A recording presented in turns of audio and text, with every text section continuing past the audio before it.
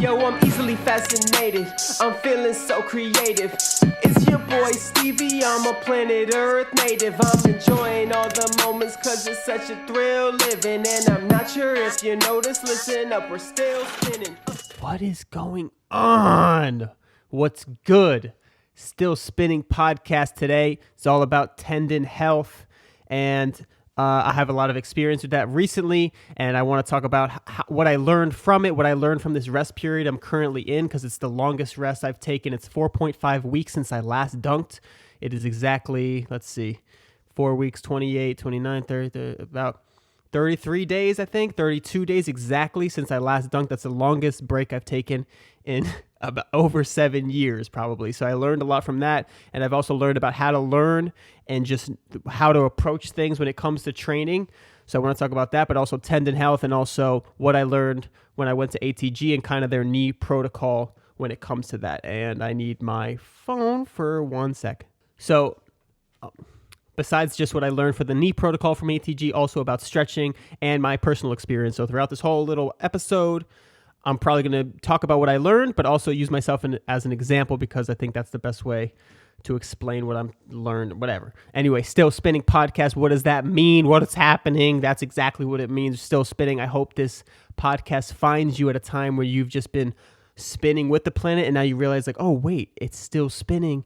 And it's kind of weird. And I just wanted to open your eyes, get you more aware, get your consciousness brought up to the front of your brain, and you start thinking about weird things and just wondering, who am I? What is my skin? And more of that. So I hope that is what you get out of this, and it's your daily, or not daily, your time of the day when you put this podcast on, you get a little meditation aspect to it. You focus on your breath a little bit. You just realize what's going on. Am I in touch with the universe or I am not? How do I do that? That's where I come in. But that's not this episode. This is more of a Dunk Life episode. So let's just get into it. I'll just get right to the points because nobody's got time for nonsense, except when you're watching nonsense news. Shout out to those people who know what I'm talking about. Okay, tendons, main thing I've learned, pretty basic things. If you know this already, don't listen to this. What I learned is tendons take a lot longer to heal and recover and adapt and change than a muscle does. So for example, a muscle, I learned, this is just very basic, is about a week. If you just start working out a muscle, you can scientifically or biologically see it change structure in about a week, 8 days or so, but a tendon can take up to 2 months. So that's why a lot of joint pain comes, just simply because your muscles are getting stronger and your tendons are getting stronger, but just not at the same rate. So if you're getting stronger and you're putting more stress on your tendon, and your tendon's not getting as strong, it's going to end up being too much for your tendon to handle, hence the pain, hence overloading it, hence jumper's knee and overuse and all that stuff. So how do you go about not allowing that to happen? One is taking it a little bit easier, meaning not trying to lift so much, and also taking into account when you're lifting so much, are you strengthening your tendon specifically? And there's a few ways to strengthen your tendon specifically, and there's other different variables as well. So the way your tendon is made up when it comes, I'm going to do this all in terms of dunking, of course, because that's what I'm trying to use my tendons for specifically, because there's different uses. But basically, one way to measure a tendon is how stiff it is the stiffness. You'll hear that a lot. And that's not to be confused with how flexible it is or how much range of motion it is. Stiffness is basically its strength. And I might be simplifying terms, but this is kind of like the base level of understanding tendons. And if you want to get down into the weeds, which I definitely think you should do, you need to learn what these terms mean and how you can apply the right force to them and things like that. So let me just back it up a little bit. I was dealing with knee pain. I've dealt with knee pain my whole dunk career. I've had like a year without it because I was at the right strength level and things like that. But it flared up on me recently when I started my strength phase, and it's very easy to see now why that happened, but the reason it got so bad was because I didn't understand what was happening. And what happened was I was lifting a lot, jumping a lot, I gained weight. All that stuff combined was adding a lot of stress to my tendon, and it gave me a little bit of pain, and that should be the first sign that I should start to ease off, because you don't want any pain. Discomfort's a little bit okay, especially when you're rehabbing it, trying to get it stronger, and I'll get into that as well. But when you're training, you shouldn't have any pain at all. If you have any pain, that's a signal. And that's another thing I want to mention about this whole rest period, is that listening to your body is so essential, and you have these signals for a reason, and learning about these things This is why I'm so excited to share this information, because during this rest period, I'm like, okay, I don't want this to happen again. How do I learn how this not to happen again? How did this happen? Blah, blah, blah. And I've learned that obviously it's overuse. I knew it was happening because I stressed my knee.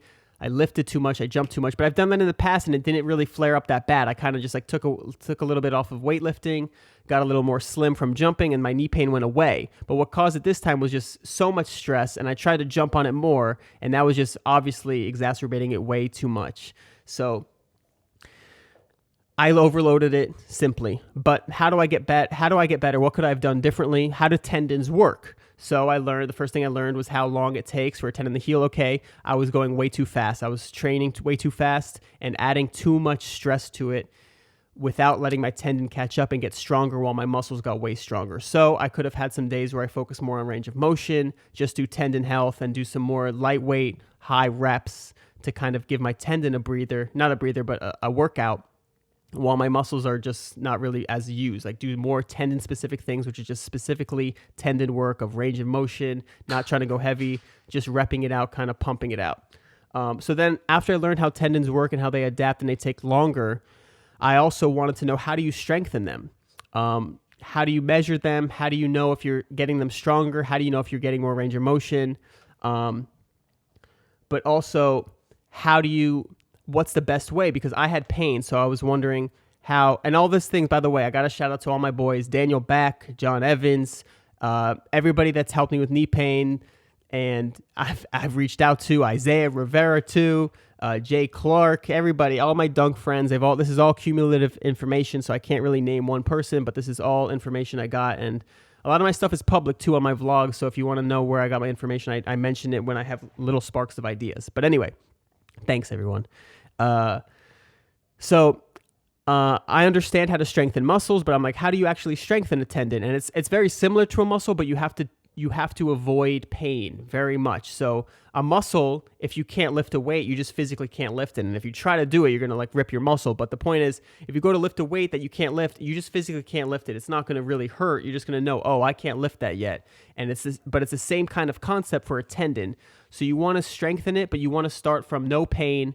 And you want to do, for my experience, rest was the first thing. So I was trying to do sleds, which are good for your knee, which I'll get into. I was trying to do a bunch of different exercises. Basically, I was trying to do what I always do when it comes to pain and injuries and setbacks in the dunk journey. I was trying to do a little bit of everything, or at least keep working out and do less of what kind of working I was doing, but still work out and try to mitigate the problem, let it heal a little bit, and then continue my hard workouts. But that's not what I had to sacrifice time, and I had to finally commit to resting and understanding so I could go all the way down to the base of my body, listen to it, and build a solid foundation. Because all of this started from me not building a solid foundation. I never had the strongest tendons. I've always had strong muscles, but I've never really focused on tendons. And also, even if I don't focus on them, at least give them time to get as strong as my muscles. Because a lot of times when you're strengthening your muscles, you're strengthening your tendons, but they, as I said a million times already, they don't get as strong as fast. So I went back to ground zero, listened to my body, and I was trying to do sleds and body squats and just trying to get my knee a little healthy, get the blood flowing, things like that. And it was still painful. The next day would still hurt. I would feel good during the workout because it got loose. And I was like, oh, that's how I usually do it. And I can get to jumping soon. And I really just wanted to get back to jumping. And it just wasn't getting better. So I'm like, you know what? I'm going to cut everything out. I'm going to do it. I'm committing to stretching, resting, and stretching.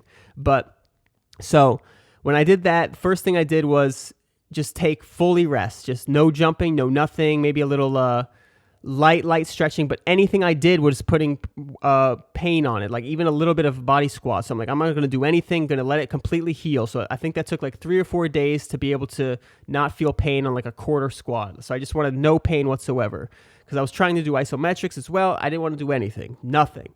So the first week was about nothing. Second week was isometrics. Now what isometrics do is they're very little impact, obviously, because you're not jumping, you're not putting much.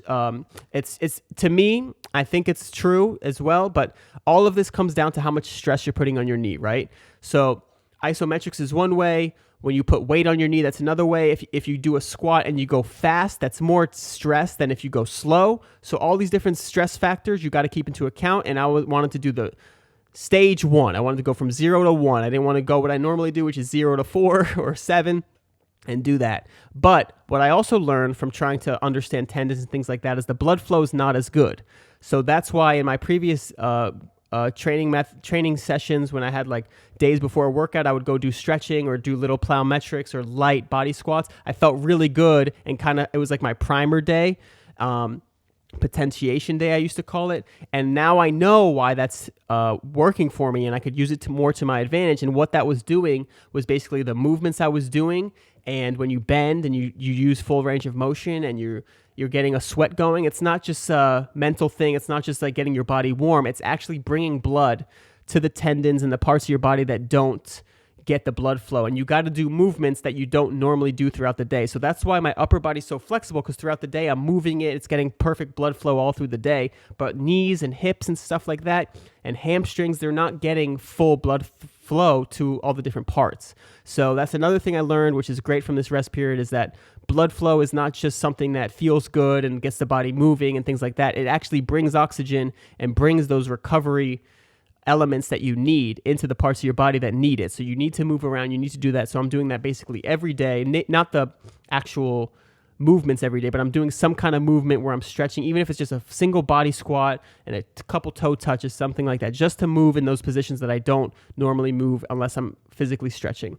So range of motion and blood flow is a great thing to do when you're trying to rest. So that first week I was just resting, doing nothing, but it is good to get blood flow. So if you can even get in a sauna, get in a hot bath, bring that blood flow, try to stimulate blood flow into that. Then I just started isometrics, super light for me. That's 40 pounds.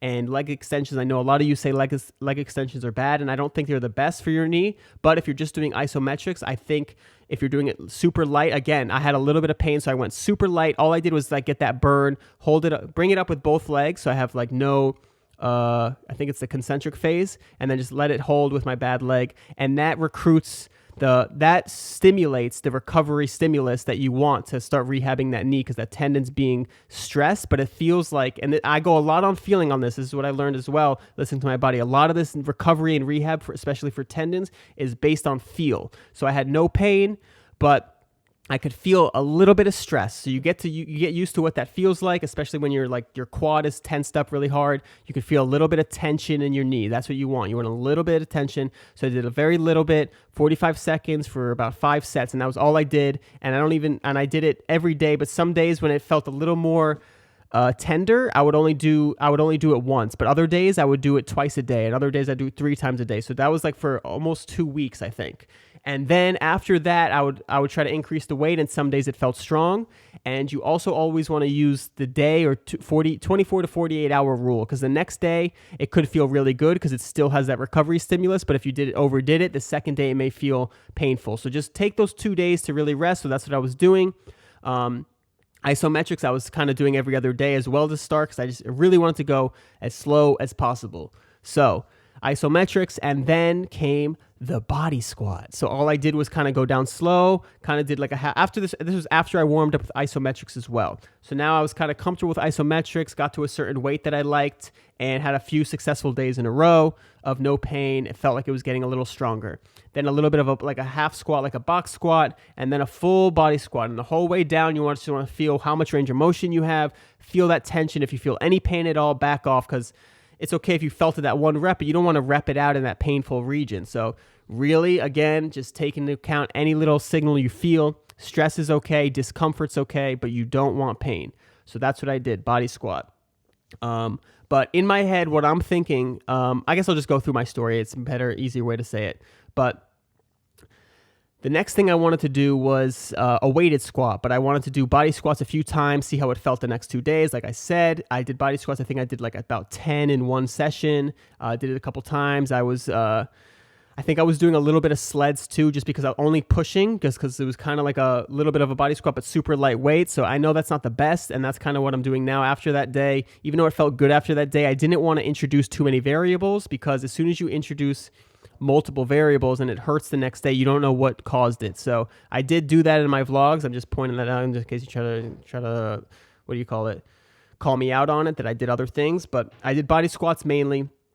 And then it felt good. So I felt body squats. And the thing is too, that to remember about my journey, it's going to be different from yours. So when you do body squats, you may have like 2 good sessions, and then the third day you try to do it and it's not good, like the third workout. So just always, every session, go into it knowing that you have to err on the side of caution. That's my best advice. And no pain whatsoever. You really want no pain. Or at most like a 1 on the pain scale. So get to know your body the most, really think about everything, learn these things. And I'm just going to go back into what made up of tendons, and we'll pause where I'm at with the body squats. So we got to body squats. That was a great success. And yes, so tendons. What was I saying? Okay, so stiffness, and then there's hysteresis, right? So the stiffness is basically how strong it is. For our knees and our Achilles tendons, like for jumpers and dunkers, you want really stiff tendons. You want super strong tendons. And what that means is that stiff means they're really hard to elongate, but think of it as like a really stiff rubber band. The harder it is to elongate, the more reward it will get when you release that. So it's basically just like pulling it takes so much energy to try to elongate it, but then it snaps up really hard. So that's why you want stiff tendons, not to get confused with stiff muscles where you can't move them fluidly and things like that. You also want really great range of motion, just because that keeps them healthy. But also range of motion allows you to strengthen them more as well. So if you can do a certain weight, but you can only do it at a certain range of motion, if you can do it at a fuller range of motion, they'll be stronger because you're hitting more of the tendon, I believe. I'm not too certain on that, but range of motion, you definitely want full range of motion with your tendons. You don't want any limiting factors there. And now hysteresis is basically how much energy is lost when you use your tendon, I believe, when it stores and releases energy, and you want it to lose the least amount of energy. So that way it's using the most amount of energy. I believe that's right. Easy way for me to put it, it's not the scientifically correct term, but it's efficiency. And John knows what I'm talking about. But it's basically the efficiency of your tendon, and you want that to be really low, so that way when you store energy in it, and you go to use it and you explode, you're not losing any of that energy, because you could have really strong tendons, aka stiff, but then they have really high hysteresis. So then when you go to use them, they're super stiff. They store all this energy, but then they don't use it very well. So it's basically how well you transfer the energy. So you really want low hysteresis, and you want that to be really efficient so you can use all that energy that you're storing up. Now, how do you train this? What's the best way? There's different ways, but isometrics, I'm going to go back to my story now, because basically what I was doing was causing some rehab to come into my knee, causing some of that recovery stimulus into my knee, collagen to build up, to build a tendon back up. All of that's great. So then after my body squat, a few sessions of that, and I was confident that I can do a little bit more weight. I went to just a 45-pound bar. Then I went to a 95-pound bar. And actually today, I just did 135 pounds, boy. Your boy's moving up. Anyway, that was great. I only did 4 reps, and that's like all I did today because I didn't want to introduce more variables. And I know 135 was a big jump from 95. And just going back, it's my own story. My knee wasn't that bad to begin with. It just was causing pain. My pain wasn't like a 10. My pain was probably like a 5, but it was just my range of motion was terrible. And my pain was like instant. I couldn't really put any stress on it. Some people can put a lot of stress on it before they feel pain. I couldn't put any, but the pain wasn't that bad. But that just maybe I have a high pain tolerance. Anyway, went to 135 today. And now I'm starting to try to strengthen it. So before it was just getting the range of motion with no pain. It was getting it to feel no pain whatsoever through a full body squat. And now I did some box jumps as well. So adding a little bit of force with the body squat's not weight, but it's definitely force. You're definitely pushing off of it. And that stress is stressing the tendon in another way. And it's just another test. So now I'm strengthening it. So now I'm going to do squats until I feel that I'm strong enough to start jumping. 135 is really light for me. I was doing 285 times 8 at the end of my strength phase with a bum knee. Like it wasn't hurting that bad when I squat, but it was kind of tender. But I was a lot stronger, and 135 is basically just stimulating my tendon. So what I'll do now is you can add volume. So I might do 135, and I say might because I'm gonna start to increase weight, but towards the end when I'm when I want to test it in different ways, I'm not just going to add more weight. I'm going to do more reps. So you want to do like lighter weight, but more reps. So you kind of want to see how it feels, right? So if it feels good in that zone on 135, just kind of pump that out. So it's kind of hitting that stimulus, hitting that adaptation phase, and really recruiting it to work. So tendons respond to high reps. They also respond to isometric, so I can do them higher, like more volume, but like a higher weight, but that's why I'm just moving on to squats. So isometrics are still a great warm-up, but I think I'm just going to start doing squats. So that strengthens it. But then the best thing for your tendons is probably just plyometrics. It helps stiffen them. It helps make them more efficient and just gets them really healthy because you're using them in the way that you would for your sport. And that's probably the best thing to do. So I'm going to get them strong, and then I'm going to slowly add in more intensive plyometrics. So like I said, I did the box jumps, and that's good for me now because I can jump off of it. I'm not bending it that much because off a jump, I don't bend it that much. And then I'm landing on a box, so there's not as much impact. But I also was doing landings, which is just stepping off. I was doing a 20-inch box and just landing and trying to stabilize, because absorbing that impact is another stressor, and I want my tendon to start feeling that. So I start with a very low height and do that. So I'm going to add more of those, start going from a greater height, and all these things are great just to start adding back in all those elements of what get the tendon strong. You want to start increasing intensity as well. So these plyometrics, I'll just slowly, gradually get up to a full jump. So maybe after a box jump, I'll do a little bit of a higher box jump to make myself jump a little harder, and then a little bit of a higher landing, as well as increasing my squat weight to get it stronger. And another thing you could do with the squats is I had my heels elevated today, because if you're doing a flat squat, that's putting stress on your tendons. But if you elevate your heels, you're putting a little bit more emphasis on your knee tendons instead of like your Achilles tendon, or about maybe a balance. I'm not really too sure, but I just know that if you elevate your heels, you're going to be hitting your knees a little bit more. So today I did that. So I might just rep that out. And yeah, that's pretty much it. I hope that helps. I know it's kind of just my story, but you want to keep in mind at all times how it feels. Don't cheat yourself. It's really hard. Trust me, I haven't done this in years. So this is my first time trying to take a break, but just think strengthen. And then when they're strong, to know they're strong, you have to just know what you did. It's kind of hard you're not going to have like a bigger tendon, like you have a bigger muscle on your body. But if you're able to do more reps at a higher weight, if you're able to do it, it's tough. It really comes down to what you're feeling and what you can handle. So just know that everything you're doing is stressing it, whether it's the speed you're using the moving the squat rack at, the range of motion you're using, the weight, and I think that's it. So just do all those things with that knowledge. Don't just go with more weight and faster and more range of motion all at once. Do one thing at a time, train it at one thing at a time. I'd say range of motion first. After you're pain-free, just do range of motion first, and then start adding a little bit of weight because you can control it and you want to just go slow. And then when you're more explosive, I think, or not explosive, once you're more healthy and you've gone up in weight and you have significant more strength in your tendon, and also keep in mind that the strength takes time to build. So even if you're going up in weight, give it time. So for me, 135, I'll probably do 135 again, but maybe add in 2-3 reps, and maybe add in a little more weight that's the following workout. But what I'm doing is super gradual, knowing my tendon takes a really long time, and then I'll slowly add in, I'll be adding up in jumps and other workouts too. So this whole process is going to be really slow. And then you just want to do crazy high reps. I really think high reps are really good. And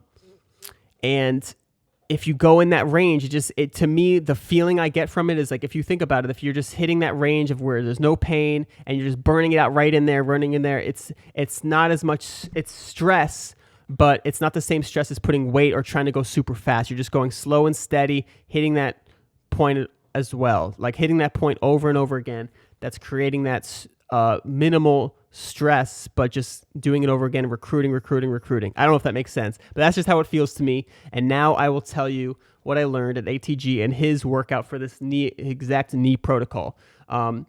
So just to get right into it, first thing he had us do is floss our knees, which is taking the band. He wraps it around like above and below our knee, super tight. And then we did squats with it. And we did that for each knee, and we did that I think 3 times. And what that does is just get a ton of blood flow in there. So that's how he likes to start. Then we did a 2-minute backward sled drill where we just pull the sled backwards. We pull it for 2 minutes straight. It gets your quads burning like crazy. And then a lying quad stretch, which is like your feet are under you and you lie back and it like stretches your quads like crazy. Then sleds again, 2-minute sleds again. And I'll put this picture probably on my video podcast if you're watching. And if you're not watching, I'll probably put it in the description as well of the podcast or this YouTube video. Lying quad squat stretch again, and then a third 2-minute backward sled. And then we did reverse step ups 3 times 20. I forget what those were. I think that's where your foot's on the box and your other foot's touching the ground in front of you. So you're standing on the edge of the box and you put your foot out in front of you and touch your heel to the ground and step up. It just really feels like you're really pumping up your quads with all these exercises like crazy. So we did 3 times 20 of those. And then we did wall quad hip flexor stretch where you put your foot up on the wall, your knees on the ground, and your other foot's out in front of you, almost like a little bit of a lunge. And then you really feel it in the top of your quad and your hip, and you just have that stretch. I did it today in my vlog, so if you're watching this, I think it's vlog 414. I did it yesterday as well, or the other day. I always do it. It's the one that's like the rectus femoris stretch, but it's a little more advanced because your foot's all the way up on the wall. Then we did bottom 1/4 of a split squat. So we had a box because we weren't that advanced. So, but if you're advanced, you do it flat on the ground, but you do a split squat, 1 foot all the way in front of you. And basically what he likes you to do is kind of go into the split squat and then come up about 1/4 of the way. So barely come up at all and just like kind of bounce in that position. You don't want to bounce, but you just go up and down. But it seems like bouncing because you're not coming all the way up. But basically, so your knee, when you first start the squat, is like a fully extended leg. You bend all the way down, then come up only a little bit and do like reps in that range. And he did 3 times 5 times 5. So 5 reps and then come all the way up and then go back down. And then 5 little baby reps, 2. And then 5 little baby reps in the quarter position. And then that's 3. So basically 5 of that. And then the same thing for a goblet squat. Same thing, like come all the way down in the goblet squat. And when you're at the bottom of it, come up 1/4 of the way, do 5 reps in that little range, and then come up for your first full rep. And that's 1. And then go down. So that was that.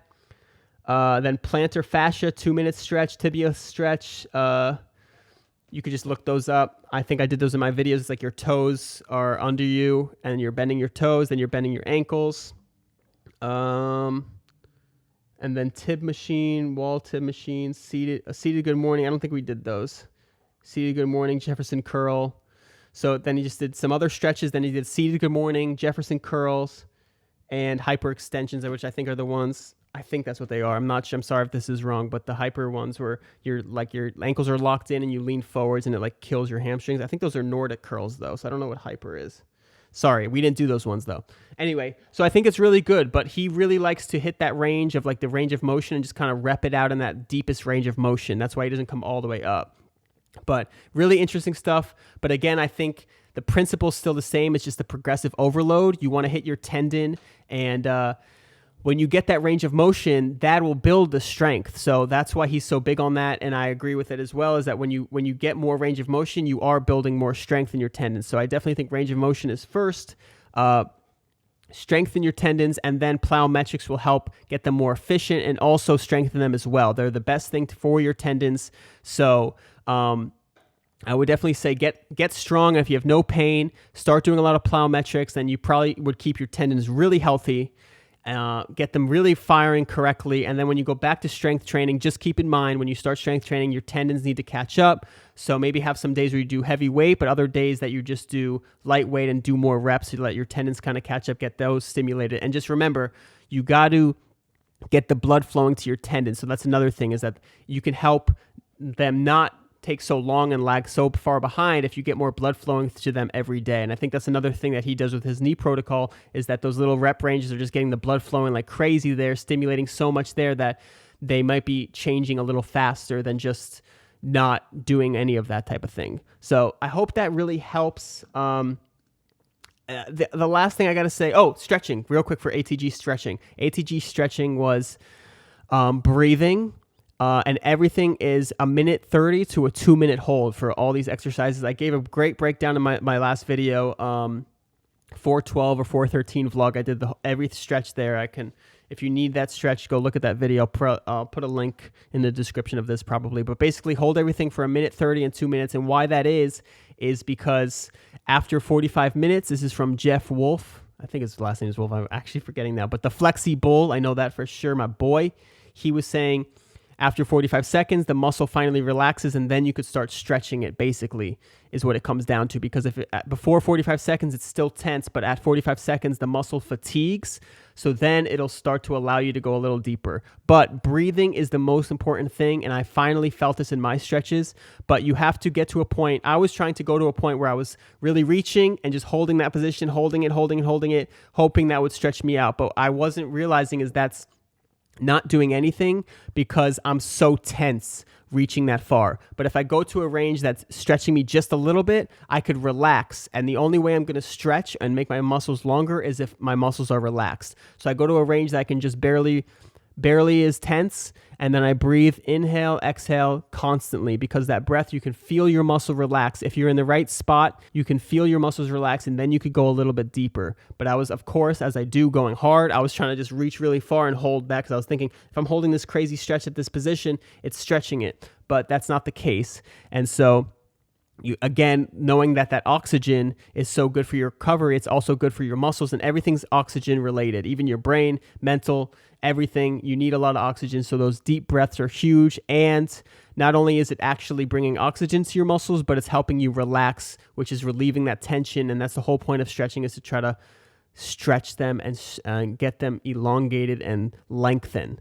So there's no way you're going to lengthen something that's super tight. You need something that's loose. And I know you're thinking the stretch to get loose, but it's the other way around. So that's another huge thing I learned. And that is pretty much it. So I hope that's really helpful. Just keep all those things in mind. I think you'll be on the course to going strong with your tendons. They take longer. There's just be your own student. I've said this in my How to Dunk thing, but there's so much to tendon health and ways to stiffen it, and different people's insights and all these different experiments and studies. So you really got to figure it out. But knowing that the tendon takes longer to strengthen, it has its own way of recovering, needs specific blood flow, different ways to stress it specifically, whether it's lifting your heels or doing more range of motion type exercises, or isometric type exercises, or eccentric when your muscle's elongating. That's when the tendon gets hit. So, that's another thing, last minute gem, is that the eccentric phase, I believe, is when your tendon gets, as your muscles elongating, that's when your tendon's working more. So you don't want to avoid those exercises that do eccentric, because that's going to miss some of your tendon strength, I believe. All these things I definitely think you should look into, but I've been doing it a lot, so I'm trying to become the best student I can. And the last thing I want to say is, I think that's the best way you're going to make progress in any aspect of your life. But for me right now, it's dunking. I'm trying to research, know everything, the ins and out of every little detail, because if I don't, I'm going to stress something the wrong way. I'm going to train something incorrectly, and that's why I don't think I've been making progress these past couple months, couple years.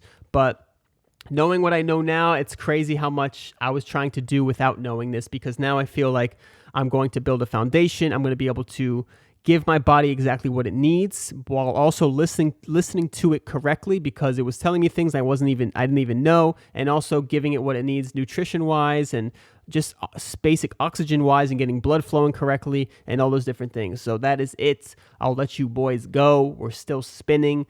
Toodaloo.